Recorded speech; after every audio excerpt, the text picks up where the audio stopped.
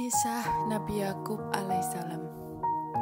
Setelah 20 tahun penantian panjang, Nabi Ishak alaihissalam dan istrinya Rafkah akhirnya mereka dikaruniai sepasang putra kembar bernama Esau atau Iyas atau Al-Ais dan Yakub alaihissalam. Esau tumbuh menjadi seorang pria yang kuat dan dia adalah seorang pemburu yang baik, sedangkan Yakub tumbuh menjadi pemuda cerdas dan dia adalah kesayangan ayahnya. Sering terjadi perkelahian antara kedua bersaudara ini karena Esau tidak menyukai kenyataan bahwa ayahnya lebih menyukai Yakub daripada dirinya. Esau menjadi semakin cemburu ketika mereka tumbuh dewasa. Suatu hari, Nabi Ishak alaihissalam meminta Esau untuk pergi berburu dan membawakan daging yang sudah dimasak. Esau mengiyakan permintaan ayahnya dan segera pergi berburu. Rafkah ibunya yang mendengar percakapan tersebut, dia berlari ke arah anaknya Yakub alaihissalam dan berkata, "Sembelihlah hewan ternakmu yang terbaik dan masaklah seperti yang ayahmu suka. Pergilah dan lakukan ini sebelum saudaramu kembali." Yakub alaihissalam melakukan apa yang diperintahkan oleh ibunya. Setelah makanan siap dihidangkan, Yakub masuk ke kamar ayahnya. Nabi Ishak alaihissalam yang sudah tua dan penglihatannya sudah tidak jelas lagi bertanya, "Siapa engkau?" "Aku adalah anakmu," jawab Yakub. Ayahnya mulai menyantap makanan yang dibuat Yakub. Setelah selesai makan, dia memberkati Yakub alaihissalam untuk menjadi pemimpin yang hebat bagi kaumnya. Setelah mendapatkan berkat, dia meninggalkan ruangan ayahnya. Tak lama, Esau kembali dengan membawakan daging yang telah dimasak dan kemudian masuk ke kamar ayahnya. "Ada apa, anakku?" tanya sang nabi ketika mendengar langkah kaki Esau. "Aku membawakan daging yang kau sukai," jawab Esau.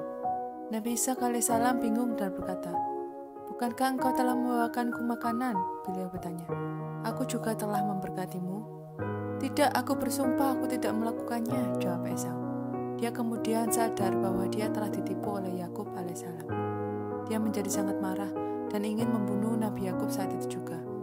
Rafkah melihat apa yang telah terjadi, lalu dia mendatangi Yakub dan memerintahkan untuk segera pergi ke rumah saudaranya yang bernama Laban di tanah Haran. Dia meminta untuk tinggal di sana sampai Esau tidak marah lagi kepada Yakub. Dengan perbekalan seadanya, Nabi Yakub alaihissalam meninggalkan Hebron menuju negeri Haran. Dia melakukan perjalanan selama berhari-hari di padang pasir. Suatu malam, dia merasa sangat lelah berjalan dan memutuskan untuk beristirahat.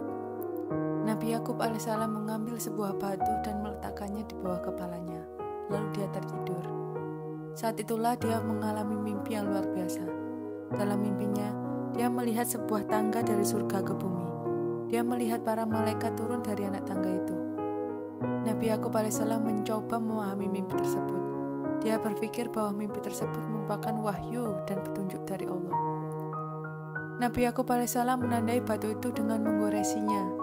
Dia berjanji jika dapat berkumpul kembali dengan keluarganya, dia akan membangun tempat ibadah di sana. Matahari belum terbit, suasana masih sedikit gelap. Nabi Yakub alaihissalam memutuskan untuk melanjutkan perjalanan dan akhirnya sampai di negeri Haran.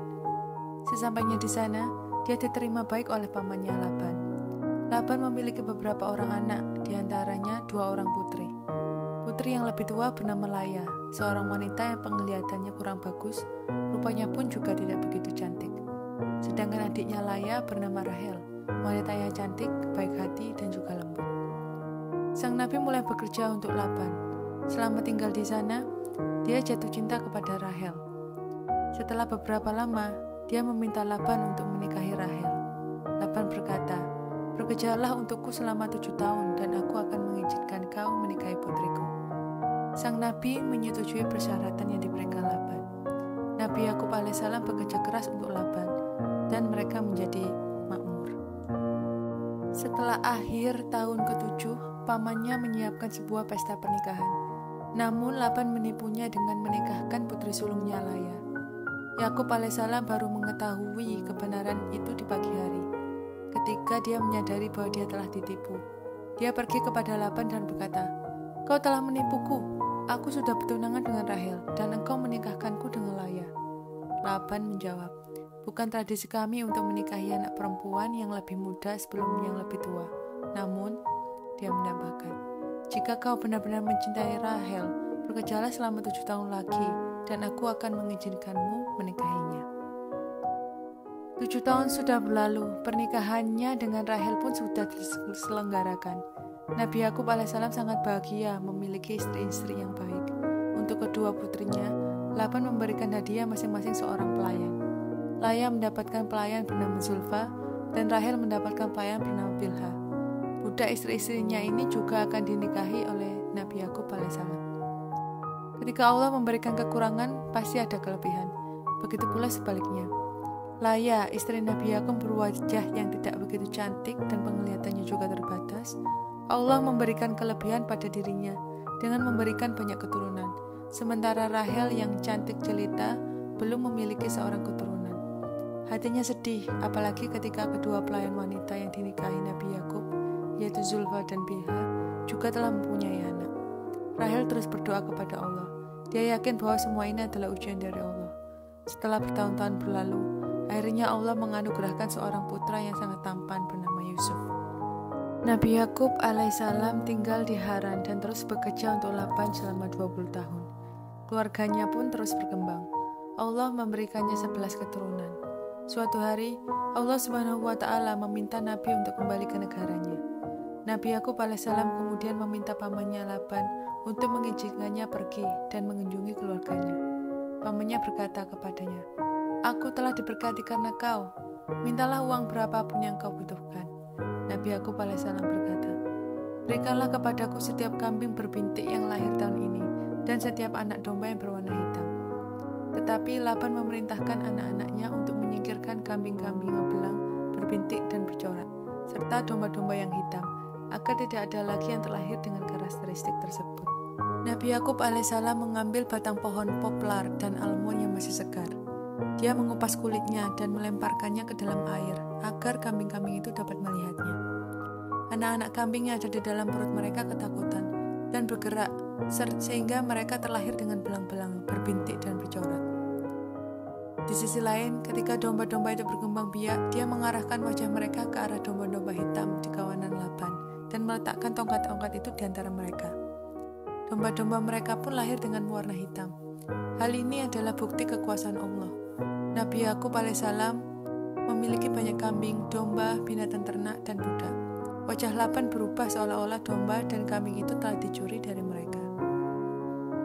Rombongan besar Nabi Yakub alaihissalam beserta keluarga dan ternaknya meninggalkan Haram tanpa mengucapkan selamat tinggal.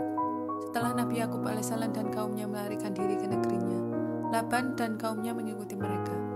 Ketika Laban bertemu dengan Yakub, dia menyalahkannya karena meninggalkan kota tanpa sepengetahuannya. Kemudian mereka duduk di sebuah bukit yang bernama Galet dan membuat perjanjian di sana. Nabi Yakub alaihissalam tidak akan menganiaya anak-anak Laban dan tidak akan menikah dengan orang lain lagi. Baik Laban maupun Yakub tidak akan melewati bukit itu menuju ke negeri orang lain. Mereka mengucapkan selamat tinggal satu sama lain ketika mereka pergi. Masing-masing kembali ke negerinya sendiri. Setelah beberapa hari dalam perjalanan mengarungi padang pasir, mereka akhirnya tiba di Gunung Syair. Nabi Yakub alaihissalam mengirim seorang utusan untuk mengabarkan berita kedatangan rombongan Nabi Yakub alaihissalam kepada ayahnya Nabi Ishak. Utusan itu bertemu kakak Nabi Yakub, Esau, yang saat itu sedang berkuda dengan anak buahnya. Melalui utusannya, Nabi Yakub meminta perdamaian dan izin untuk pulang. Utusannya kembali dengan kabar buruk. Esau telah menyiapkan 400 orang untuk mencegat rombongan Nabi Yakub. Nabi Yakub gemetaran mendengarnya. Dia berdoa dan sholat untuk memohon perlindungan kepada Allah. Nabi Yakub alaihissalam menyiapkan hadiah untuk saudaranya berupa 200 ekor kambing betina dan 20 ekor kambing jantan, 200 ekor domba betina dan 20 ekor domba jantan, 30 ekor unta betina, 40 ekor sapi betina dan 10 ekor sapi jantan, 20 ekor kedelai betina dan 10 ekor keledai jantan. Setiap rombongan hewan sejenis dikawal oleh seorang budak. Esau bertanya kepada utusan Nabi Yakub, "Milik siapa hewan-hewan ternak ini?" Utusan Nabi Yakub alaihissalam menjawab bahwa semua hewan ternak ini adalah milik Nabi Yakub yang akan dihadiahkan untuk Tuan Esau. Selang beberapa waktu, Nabi Yakub melihat Esau datang langsung bersujud di hadapannya. Esau yang sangat terharu melihat hal ini berlari ke arah Nabi Yakub dan memeluknya. Esau bahkan menangis ketika melihat saudaranya. "Siapakah orang-orang yang bersamamu ini?"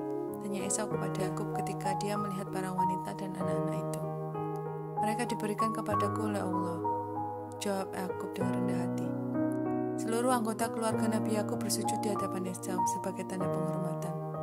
Awalnya Esau menolak untuk menerima hadiah itu, tetapi Nabi Yakub bersikeras dan akhirnya Esau menerima hadiah itu dan memaafkan adiknya. Mereka semua pergi berjalan kembali ke negerinya dipimpin oleh Esau. Esau kembali ke Hebron dan berjalan mendahului adiknya karena Nabi Yakub alaihissalam dan rombongannya harus terlebih dahulu singgah di suatu tempat. Nabi Yakub alaihissalam dan rombongan beristirahat di padang rumput yang luas bernama Sukoth atau Sahur. Dia membangun sebuah pondok untuk dirinya sendiri dan naungan untuk hewan. Sementara dirinya melanjutkan perjalanan ke Yerusalem untuk mencari batu dalam mimpinya dulu. Keadaan tempat itu sudah banyak berubah. Pemukiman dan penduduk ramai tersebar di seluruh daerah. Nabi Yakub alaihissalam sempat kesulitan untuk menemukan batu yang telah ditandai beberapa tahun yang lalu. Setelah lama mencari, akhirnya Nabi Yakub alaihissalam menemukan batu tersebut. Batu itu berada di kebun milik penduduk setempat. Nabi Yakub alaihissalam menemui pemilik kebun itu untuk membujuknya agar menjual kebun tersebut kepadanya. Awalnya sang pemilik kebun menolak, namun akhirnya dia bersedia menjual kebunnya setelah mendengar tawaran Nabi Yakub. Kebun itu dijual dengan 100 ekor domba, harga yang cukup mahal untuk sebuah kebun yang belum menghasilkan. Batu tersebut adalah batu yang istimewa. Nabi Adam alaihissalam pernah mendirikan sholat di atas batu tersebut. Kakek Nabi Yakub alaihissalam yaitu Nabi Ibrahim pernah mendirikan sholat di sana dan menyembelih hewan kurban di atasnya. Jadi, bukanlah suatu kebetulan jika Nabi Yakub mengalami mimpi kenabiannya di atas batu itu. Semua itu adalah takdir Allah. Bahkan berabad-abad kemudian, batu itu kembali menjadi saksi Nabi Muhammad SAW. Dia menjadikan batu itu sebagai pijakan ketika Mi'raj untuk bertemu Allah di Sidratul Muntaha. Beliau kemudian membangun sebuah masjid di lokasi batu tersebut seperti yang telah dijanjikan. Nabi Yakub memberi nama Baitul Maqdis, yaitu artinya rumah suci. Tempat itu merupakan tempat ibadah kedua yang dibangun di muka bumi setelah Baitullah Ka'bah di Mekah. Baitul Maqdis terus diperluas. Allah menjadikan tempat ini sebagai tempat ibadah bagi keturunan Nabi Yakub. Nabi Yusa bin Nun membuat kubahnya. Nabi Daud membuat mihrab tempat beribadah. Serta Nabi Sulaiman mendirikan masjid besar dan megah di tempat yang sama. Sementara di rumahnya, Nabi Ishaq alaihissalam tidak sabar untuk bertemu putranya Nabi Yakub yang bertahun-tahun lamanya tak berjumpa. Esau memberitahu ayahnya, Nabi Ishaq, bahwa Nabi Yakub masih singgah di beberapa tempat. Beberapa hari kemudian, Nabi Yakub mulai memasuki wilayah Hebron. Semua penduduk berdiri di depan rumah masing-masing. Semua menanti kedatangan Nabi Yakub dengan gembira. Ketika sore menjelang, rombongan Nabi Yakub alaihissalam sampai di kaki gunung Ar-Ra. Dari kejauhan, dia melihat perkampungan kecil tempat dia dilahirkan dan dia melihat laki-laki tua dengan tongkat berdiri di depan pintu. Nabi Yakub berlari mendatangi ayahnya dan bersujud di hadapan ayahnya. Nabi Ishaq alaihissalam meraih pundak anaknya dan memeluk putranya sambil terisak tangis. Disusul rombongan keluarga Nabi Yakub datang lalu memperkenalkan anak-anak dan istri-istrinya kepada Nabi Ishaq. Tidak lama dari pertemuan itu, Nabi Ishaq alaihissalam meninggal dunia. Nabi Yakub alaihissalam dan keluarganya menetap di Hebron untuk meneruskan dakwah Nabi Ishaq. Istrinya Rahel kini telah menjadi bagian dari penduduk negeri itu. Dia melahirkan putra keduanya bernama Bunyamin. Namun Rahel meninggal dunia dalam proses kelahiran itu. Dia dimakamkan di Alfred, Bethlehem. Tahun demi tahun, banyak hal yang terjadi dalam kehidupan Nabi Yakub alaihissalam. Beliau terus mendakwahkan ajaran Allah. Beliau mengajak seluruh anggota keluarganya untuk pindah ke Mesir. Nabi Yakub alaihissalam tinggal di sana selama 17 tahun dan wafat pada usia 147 tahun. Beliau dimakamkan di Hebron, Palestina bersama ayahnya sesuai dengan wasiat terakhirnya.